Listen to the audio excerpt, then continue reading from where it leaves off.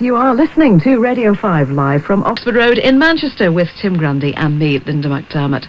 Well, this week our students have based their crib sheet on Christmas itself. Have you ever wondered who ate the mince pie and drank the sherry on Christmas Eve? Tim Grundy, he eats everything else in BBC hostility. The children will tell you that, of course, it's Santa, but does the big man really exist? Well, of course he does. Well, the BBC has once again reached to the very bottom of its corporate pocket and sent Sam Green and Martin Rosen from University College Salford on an all-expenses-paid trip round the world in search of Father Christmas. Come on, Martin, we missed the plane. Okay, you haven't even told me where we're going. You'll see.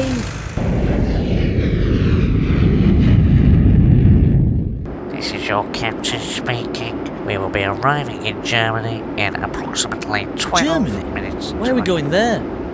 Well, Martin, we're going in the search for the true meaning of Christmas, and we're going to find Father Christmas. Father Christmas? I mean, didn't anyone ever tell you when you were younger? He does really exist. Wait and see.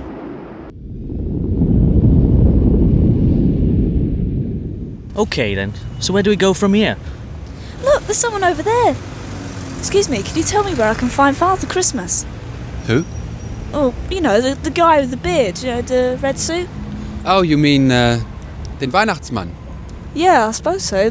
Well, actually, you find Father Christmas on the Christmas Eve, I think. Actually, it is. And it's not Christmas Day. No, it's Christmas Eve.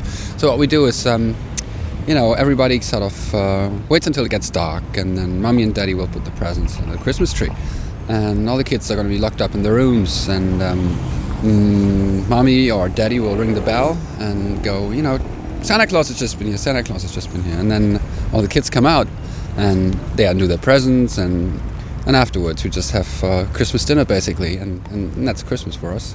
And then Christmas Day is like visiting, relatives and playing with your toys and things. That's what Christmas is, in our place. Merry Christmas then. Ja, fröhliche Weihnachten dann. Right, we've found the true meaning of Christmas. Now, can we go home? No, not yet, Martin, no way.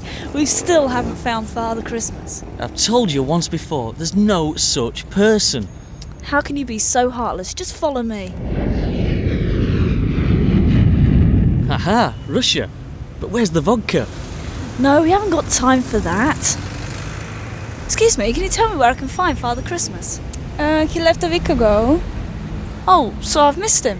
Yeah. You missed him, yeah? Well, how come? Do you celebrate it differently here in Russia? Yeah. We celebrate differently. We don't have Father Christmas and Christmas tree. Just we go to church. After church we go home. Usually you stay Christmas at 12 o'clock at church, and after that at night we go home. We have meal. And usually we don't eat meat at Christmas time. It's a new celebration, totally new. We didn't even have Christmas holiday. We have New Year holiday, but not Christmas holiday. Well, Merry Christmas then. Merry Christmas. Right, can we go now? We've found the meaning of Christmas and there's been no trace of Father Christmas. Well, we've been looking in the wrong places, obviously. No, we haven't. Just face it, there's just no such thing as Father Christmas. I don't believe you. You'll see. We'll find him.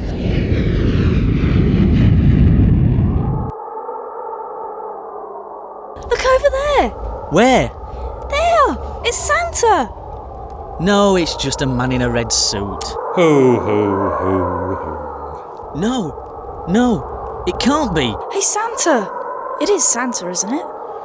Oh, some people say I started out as St. Nicholas, who's been treated as the patron saint of gift-giving for the past 900 years. In the Netherlands, St. Nicholas is supposed to come from Spain in a boat early in December. Then he rides around on a white horse with his servant, popping down the chimney of each house, leaving gifts in children's shoes near the fireplace.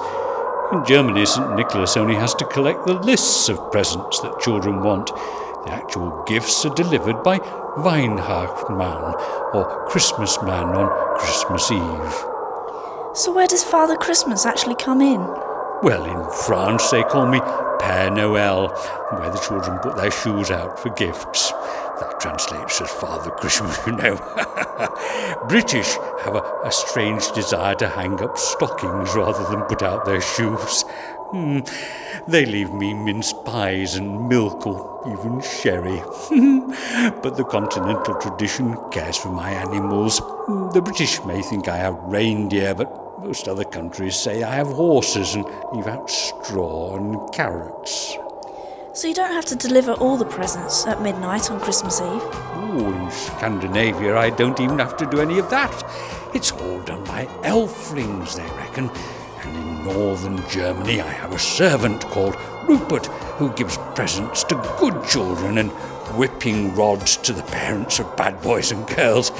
As long as you believe in me, you should have no trouble getting your presents. But Martin doesn't believe in you. No, I always believed in you, Santa. I really did. Ho, ho, ho.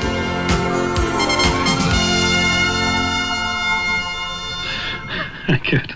So now you know the real truth. The BBC dug deep into its sound effects library and poor Sam and Martin were locked into a small booth with only a microphone for company.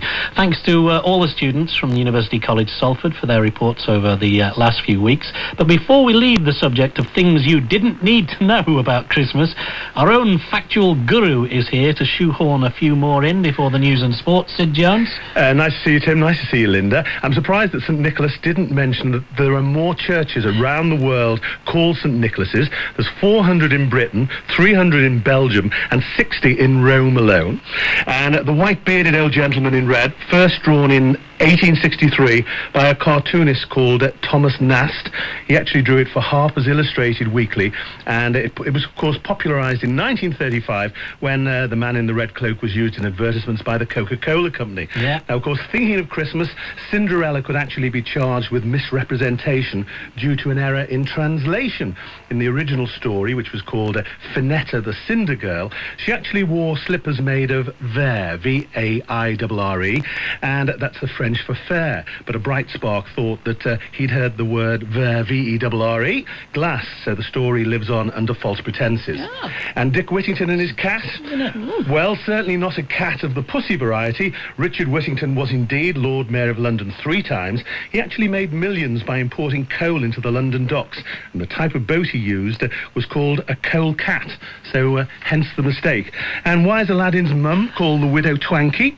Well, from the first performance in 1788 until 1861, Aladdin's mater was always known as Mustafa. But Henry James Byron wrote a version, and just as today he wanted to be topical in pantomime, it was in the days when the great tea clippers raced home with their cargoes from China.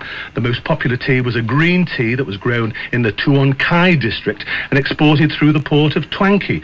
So that was why Aladdin's mum was called the Widow Twankey.